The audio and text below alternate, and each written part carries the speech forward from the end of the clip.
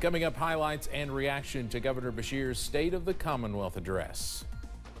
Dedicated to Eastern and Southern Kentucky, this is WYMT Mountain News at 11. Good evening, I'm Steve Hensley. Education, infrastructure, the economy, flood relief, and medical marijuana. Those are just some of the topics Governor Andy Beshear discussed tonight in his State of the Commonwealth address. He applauded the state's economy and also emphasized the need to invest in students and teachers. Chad Hedrick has the latest from both sides of the aisle. Before lawmakers Wednesday night, Governor Andy Beshear touted record economic growth and resiliency after tragedy. Tonight, I want to talk first about how we are Kentucky tough and how we have navigated historic challenges. Then, I want to focus on the extraordinary potential we have in this decisive moment to lift up all our people and all our families. During his State of the Commonwealth address, Governor Beshear talked about the challenges from last summer's deadly floods, but also looked towards the future to grow Kentucky and education. The first bill contains our Education First plan, which begins with a 5% pay raise for every public school educator. Passage of this bill is both vital and it's necessary to address Kentucky's shortage of nearly 11,000 public school teachers. Last year, Kentucky dropped from 42nd to 44th in the nation for teacher pay. Universal pre-K and other educational programs are going to be in this bill. State Republican leaders were asked if they'll make the raises happen. To start doing one-offs is a terrible policy standpoint. Goals, aspirations are lofty. You put money into the SEEK formula. You don't, from a policy standpoint, one-off or separate out pay raises. You put money in the system. That's what we did. Senate President Robert Stivers says this gives districts more control to give raises that are financially feasible for them to handle. Beshear also says this is the year to pass medical marijuana and sports betting. Both passed in the House last year but died in the Senate. Stivers says he doesn't believe there is enough revenue potential there for sports betting to be a priority. I don't think it's a big issue in this state. It's not going to generate a lot of money.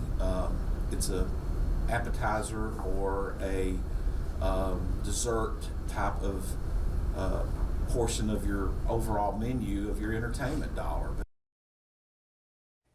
That was Chad Hedrick reporting. During his address, Governor Beshear also called on Kentuckians to never forget law enforcement officers lost in the line of duty. Former State Representative Angie Hatton was not in the audience tonight. She was defeated in the 94th District in the November election by Republican Jacob Justice. She says she enjoyed going to work every day for her district and Eastern Kentucky, saying if you moved away from the mountains, you should consider moving back to help make a difference. And if you have the ability to have connections outside, some financial resources or some educational wisdom that you can bring back and help, you have, I believe, an obligation to help Eastern Kentucky. It's waves on my heart. That will never change. Hatton tells us she would like to see medical marijuana approved by the General Assembly this session. In the past, she has co-sponsored those bills. Election issues were once again brought before Kentucky lawmakers today. Secretary of State Michael Adams told legislators that the overall election plan does not need an overhaul, but it does need some tweaking. That is similar to what an interim panel heard last month when long lines, long waits, and other problems in a handful of counties were discussed. Adams says overall, Kentucky is a model for other states, but he admits some changes could be made. What I asked them for today specifically is to increase the number of voting locations. And there are some tools that they have to do that. One is to give our office additional authority to veto plans at the local level that reduce places to vote. Adams applauded the General Assembly for working in a bipartisan fashion. The statewide political filing deadline in Kentucky is Friday, and there is already a crowded field fighting for the GOP nomination for governor. Former UN Ambassador Kelly Craft has overtaken her Republican rivals in fundraising. The latest campaign finance report shows she has raised $1.3 million since she got in the race, and about $547,000 came in the most recent quarter. Attorney General Daniel Cameron raised $259,000. Agriculture Commissioner Ryan Quarles about $54,000. but he isn't spending much and has nearly $900,000 on hand. And Somerset Mayor Alan Keck, who is officially filing tomorrow, has topped $200,000 in his first weeks in the race. On the Democratic side, Governor Beshear tops all rivals in total fundraising at more than $5 million. He raised about $650,000 in the latest quarter. President Joe Biden was in northern Kentucky today talking about more than $1 billion in federal grants to improve congestion on the aging Brent Spence Bridge. The president was joined by other state and federal leaders from Kentucky and Ohio. Officials say it is the biggest federal infrastructure grant in U.S. history, and the project will make the highway safer and more efficient. The 6 years of construction will also create jobs in the area. President Biden said the time for talking is over. All this is about making an investment in America's heartland and America's people and America's future. It's about making things in America again. It's about good jobs. It's about the dignity of work. It's about respect. And folks, it's about damn time we're doing it. Today's visit to Kentucky was President Biden's third trip to the Bluegrass State in just more than a year. In December 2020, he visited western Kentucky following the deadly tornado outbreak, and just in August, he visited Perry and Breathitt counties to tour flood damage.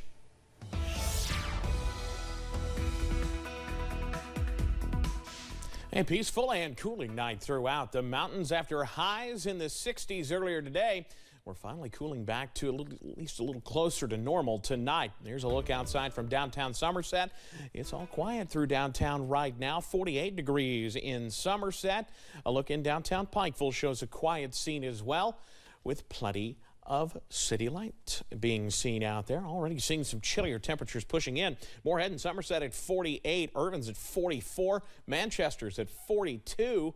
46-degree readings from Jacksboro and in Wise. So we'll continue to see those chillier numbers work in, despite the fact that we are looking at a few clouds further on to our south. So zone by zone tonight, temperatures in the middle and upper 30s throughout much of the region as we head into the Cumberland Valley. Same thing as you head into portions of the Kentucky River Valley. A little cooler northwest, a little milder to the south and east. And same thing as you head over into the Big Sandy. Temperatures ending up in the middle and upper 30s for tonight. Now, I'll have the very latest on when we see a return to perhaps some more average conditions. That's in a few minutes. Steve? Evan, thank you. New at 11, an Eastern Kentucky school board and bus driver are facing another lawsuit. 3 students are suing the Magoffin County School Board, the superintendent, and the bus driver for a serious bus crash. It happened back in November on Kentucky 40. 18 students were on board at the time of the crash. All were taken to the hospital. Some had serious injuries. The latest lawsuit is claiming negligence and is seeking punitive damages, among other damages, for physical and emotional injuries. A lawsuit was filed last month by parents of 2 students, also claiming negligence. For those seeking recovery or for those seeking safety from domestic violence, they often enter shelters with nothing but the clothes on their backs. Most of the time, it's up to places like the Beacon of Hope Residential Treatment Facility to fill in those gaps. So following the holiday season, when community donations diminish, staff members are still seeking support through item donations to help their clients feel more at home. As you know as well as I do, during the holidays, people are more apt to give because that's when you think about things more and you're more thankful for things, so you want to share. And so throughout the year, they do tend to forget. And so that's definitely when our need goes up. With the Beacons of Hope campus expanding in the near future, the campus's director, Jennifer McIntyre, says the need for items ranging from socks to soap will increase even more than before. The application for the crisis component of the Low-Income Home Energy Assistance Program opens on Monday, January 9th. This helps people in a crisis situation who need help paying their utility bills. However, LKLP Executive Director Rick Baker says there is another great option to apply for called weatherization, which could help lower the cost of utility bills year-round. We are, with the infrastructure money that's just beginning to be released in the coming months, we're going to see a huge increase in that program, so we're going to be able to weatherize more homes. So we encourage anyone to come in and apply for that. The application for the weatherization program is open year-round, and the LIHEAP crisis application will be open again on January 9th and closes on March 31st or when available funds have been used up. The recent deep freeze is playing a part in higher gas prices. You've probably noticed in Kentucky. Officials with AAA say refineries were forced to close, slowing production. That has led to an increase in prices at the pump.